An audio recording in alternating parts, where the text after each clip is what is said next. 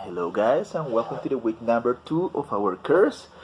I want to start by thanking you for your dedication and your hard work on the week number 1. I am doing this video in advance, so it is actually before the deadline of Friday.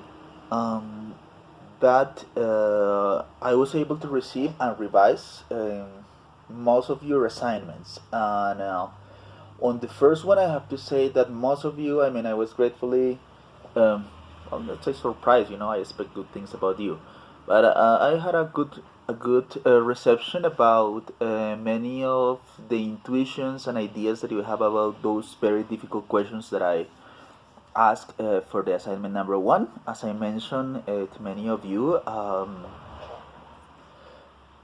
many of these questions are yet unanswered by science, neuroscience, and psychology, and psycholinguistics, and linguistics. So we do not expect to answer them completely, but at least we are going to take a look to the partial answers that we have available as per now. About the second one, I think that most of you got really good also insight about it. I think that most of you were able to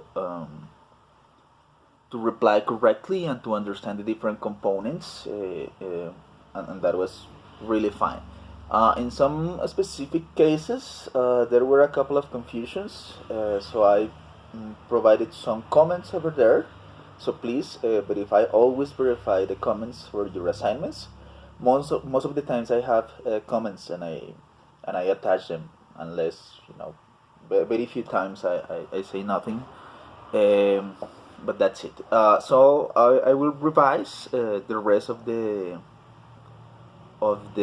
assignments that I received on Friday, and I will verify if it's necessary to write a clarifying post or even record an additional short video about these assignments. Okay, but hopefully I don't have to do that. We will see. Guys, so we're going to start this week. As usual, I would like to share with you some reading before we start. This time, it's a short poem by Carlos Palacios, who is a singer, sonatist, and Colombian poet, who had a lot of different works, but I find this poem that I have always liked, but nowadays, taking into account our isolation conditions and our impossibility of seeing other people, I rediscovered the thing, and I think that it has like a new meaning, and it's nice. I would like to share it with you. It's in Spanish, of course, so I will just read this part in Spanish. It is called Cuando te vuelva a ver. Cuando te vuelva a ver, yo seré otro. Resulta imperativo que lo sepas. Tú esperando al metódico o al cantante, al que los jesuitas moldearon, al cortés, al paciente, al que aprendió a tratar a las señoritas como a los libros caros, como a los cuadros caros, como a las colecciones de pinceles, o al cristal de Bohemia o al durazno. Te podrías llevar una sorpresa. No digo que el planeta se derrumbe, pero yo seré otro, y es preciso que lo sepas, que te pongas el casco, que te blindes. Cuando te vuelva a ver, no esperes prólogos.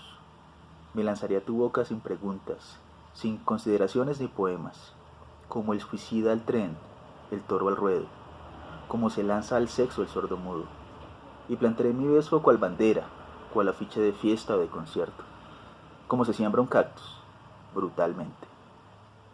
Y solo luego del trueno y la estampida, después de que los labios se reciten y se cierren los ojos y se abran, solo entonces, no antes, te diré buena tarde, ¿qué te tomas? ¿Cómo estuvo tu día? ¿Caminamos? So I know that between the audience, in the audience, maybe many people who do not really enjoy poetry, but I wanted to share it with you because I usually do, and also because I think that with this particular situation that we're living right now, maybe you're missing somebody, maybe you have interrupted connection with a special somebody, or have a particular situation in there, so it might be a good moment to connect with poetry if you haven't. But guys, so let's go into our subject directly. And well, I really like to talk about this. As I mentioned in the last week's sessions, it was sort of an introduction to verify certain things that psychology has to say about human learning, right? So what we're going to start verifying, started by the session of today or by this video, is some of the positions or proposals or definitions that psychology or has had about learning throughout the years. Okay, so we're going to see, uh, starting today, some of the most rudimentary understandings that have been polished with time, and that have been somehow adapted, changed, reimagined, right? Um, well, um, I like it in different ways. First of all, because I like the topic itself. Second, because I see that it has many practical implications, and that somehow we develop certain behaviors that we are not aware of, and that have been somehow conditioned into us.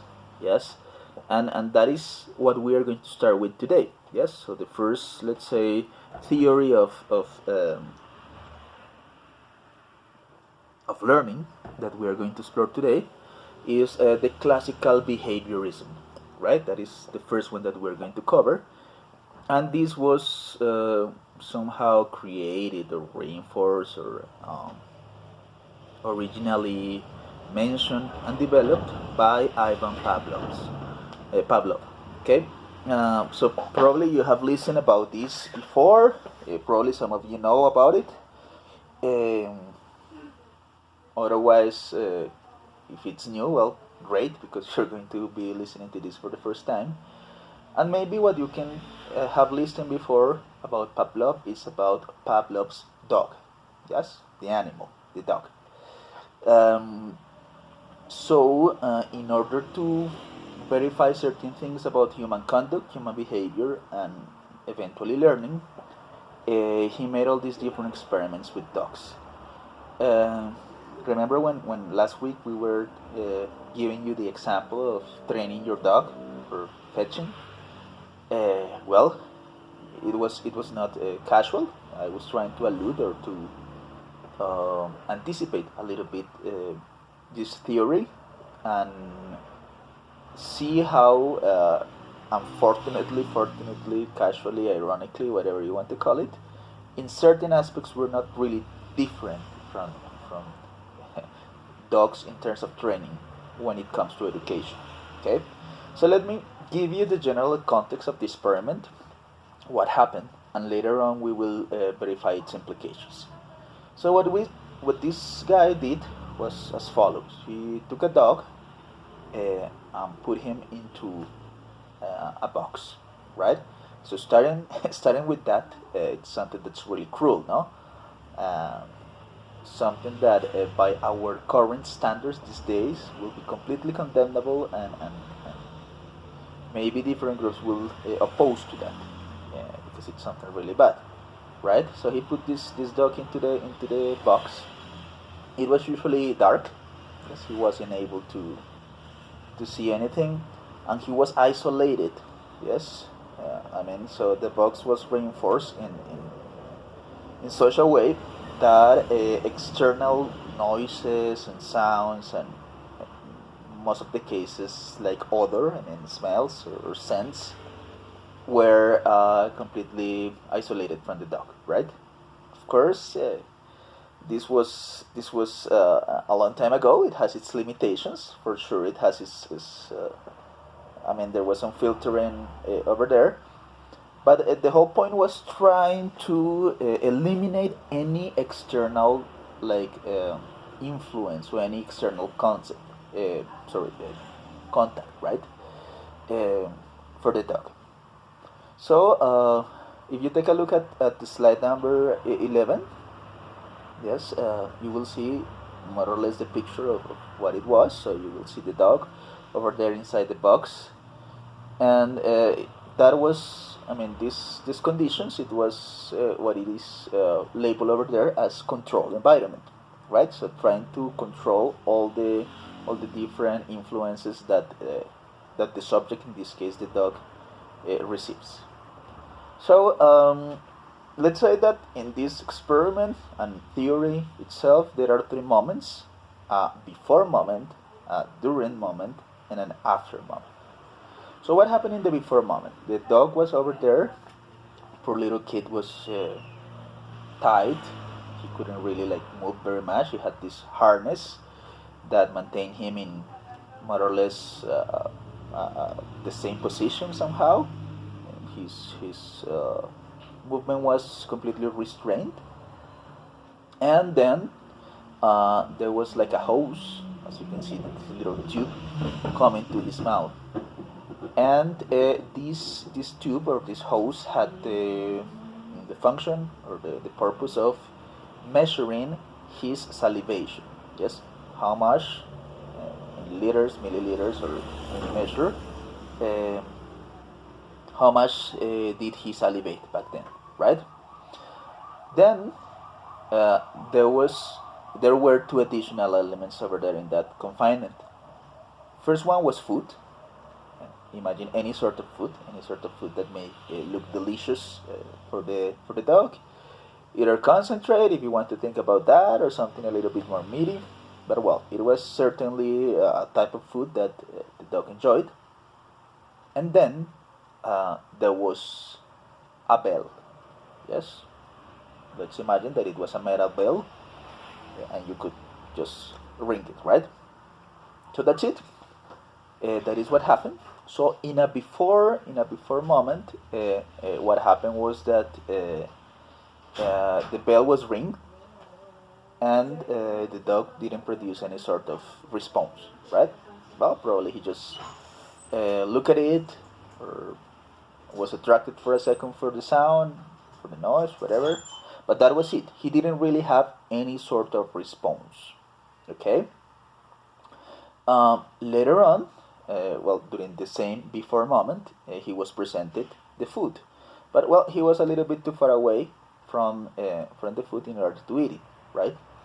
So the only thing that he could do was salivate, because he wanted to eat the food.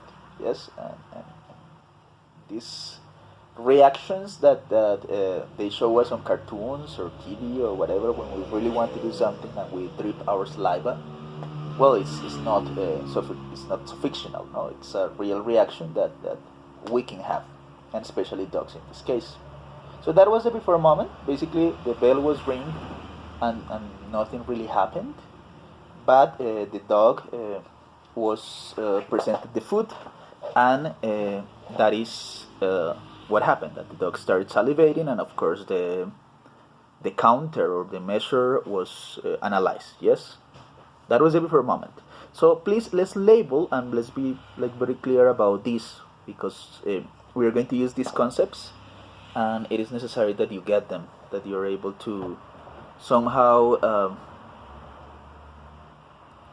immediately know what we're talking about, right? So if you go take a look at the diagram a little bit down there, you will see the before column, and you will see a couple of initials, right? You will see the bell that says NS, right? What does it mean? It means neutral stimulus. Neutral stimulus. What is a stimulus? It's something that you receive and that normally causes a reaction on you. Well, something external that you receive. That's a stimulus, right? And that was the bell. We have this neutral. Why is it neutral? Because it didn't have, at the moment, didn't have any sort of connotation, didn't have any, let's say, purpose, or, well, it was not connected in the dog's reactions with anything else, right? And then what was the response of the dog towards the bell? Nothing. He didn't react in any specific way rather than the expected one, right? That's it. Now, what is a response? Well, it's pretty clear over there, hopefully. No, it's an answer to a stimulus, right? So you can receive an external influence and you can react towards it in any way or not. Yes? So let me give you an example. If somebody beeps or honks the horn of a car, yes, that can be a stimulus, right? And if you are crossing the street, probably what you're going to do is either stop or run faster because somebody's going to, hit you, right? That will be the response. Running or stopping or reacting somehow, right? So hopefully those concepts of stimulus and influence, or something that somebody outside me or my perception does, and response, that is, how do I react to that? Yes? How do I reply? What is my reaction? So we have this bell, and there was no response. But then we have another one that was the US, as you can see over there. That is the food. Okay, this US means unconditioned, so without condition, unconditioned stimulus, right? That was the food, and then there was a reply or a response. Yes, and what is that? Salivation, unconditioned response. That is what we have over there. So that was the before instance, or the before let's say period of time. Very well. Then eventually this started to happen for a longer time, but the difference was that the food and the bell were presented at the same time. Yes, probably in the before time it was first the bell and then the food, and there was no connection at all. Well, in the during spell, or in the during moment, we have these two things: the neutral stimulus, the bell, and the unconditioned response, the food, happening at the same time. So every time that they presented the dog the food, somebody ring the bell, like that. Repetitions, many times a day, many times an hour, of course in certain intervals and stuff, right? But they were presented at exactly the same time and simultaneously, right? So what happened? The dog salivated. The unconditioned, meaning the response without condition, the unconditioned response was salivation. So in the spell, or in the middle stage, that was the during, right? Both things were done simultaneously, and the response was the same, salivation. Okay. Well, it comes the interesting part. Yes, and let's go into the final stage, after. When is this after? Well, initially it was probably after couple of days, couple of hours. It really required like some time to define the process. It took a week. Well, we don't know. Eventually, the food was retired. Yes, so the dog did not received or smelled or anything about the food. Yes, he didn't do that. Nevertheless, only the bell was ringed. Yes, so ding, ding, ding, ding, ding. And what do you know? The dog started salivating. Yes. Why is that? Because he associated his response. He associated the sound of the bell with the possibility or the certainty, yes, that there was going to be food, even if he was never going to be given food. Well, he was conditioned by means of a series of practices and repetitions to associate the sound of the bell with the possibility of food. Okay, so this initial bell, that was initially a neutral stimulus because it didn't cause any reaction in the dog, in the end become a conditioned stimulus. Why? Because throughout what I mentioned, a process of repetitions and iterations and doing this many times, well, eventually the dog got accustomed to the sound of the bell, and he associated that with the food. again, one more time, I want to be very, let's say, emphatic on this, and it's the fact that there was no food. There was no food, and that was not important for the dog because in his practice, in his experience, the the sound of the bell was going to be associated to food, and he anyway um, sort of have this salivation process. Of course, this was not done. This was not done. Sorry, with a single dog. This guy did this experiment with dozens of dogs. We don't know, maybe hundreds. Yes, until he eventually discovered or somehow concluded that it is possible to condition animals, of course, in terms of training and all that. But people can work also in that same way. Like we associate one thing with the other, and then even in the absence of the second unconditioned stimulus, we are going to react in the same way. Yes? So think about certain things that you do unconsciously. Yes? Something that you don't even think to do. You simply respond. Simply respond to that. Yes? Think about your school, right? When you were in school and the bell rang. Yes?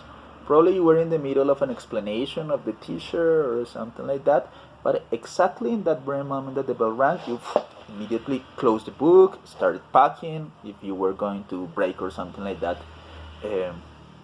maybe you could try to put your money or took your lunchbox or whatever, and that was it. Yes, but there is not really a conscious thought about that. There is a repetition, or there was a repetition back then, of so many times, and like every 40 minutes or every 50 minutes the bell rang, and you were just accustomed to that. Yes, and you didn't process that, let's say, logically. It was simply a response. Yes. Back in my day, for example, when a teacher entered the classroom, like everybody had to stand up, right? And this was repeated to us so many times since we were in kindergarten, primary school, high school, that eventually it became automatic. Yes? No matter if you respected the teacher, no matter if you liked his subject or not, no matter if you really hated the teacher, there was like no conscious or logical thought on that, right? It was really an automatic response, right? And think about, just wonder about yourself, certain things that you just do automatically, certain things that you do all the time without thinking too much. Yes, and you will realize that there are many of these different things that you have been just conditioned to do, have just been conditioned to do that.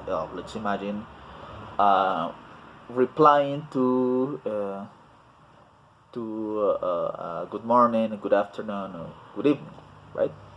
Well, some people don't say hello at all, but for many others, even more than education, or let's say a principle like that of being polite or something like that, that's a really automatic response. Yes, that happens a lot. Especially for us guys, I mean male, it's pretty common that when somebody extends the hand, you have the impulse of shaking it.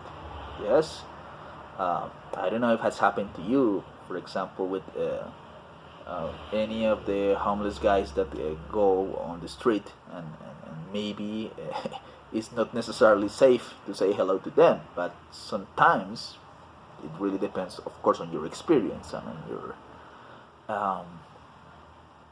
let's say how many times you have been doing that, etc. But sometimes you cannot just like restrain yourself. It's like you just shake that hand, and it's not maybe the safest thing to do. Well, depends on the guy, of course. But my point over here is that sometimes we are conditioned to do many different things without really thinking that much. Okay, so that was the basics of behaviorism. um, in the next video I'm going to give you another example, because I know that only with the one at the top it can be confusing. So I'm going to give you another one, and we will discuss some other things about behaviorism.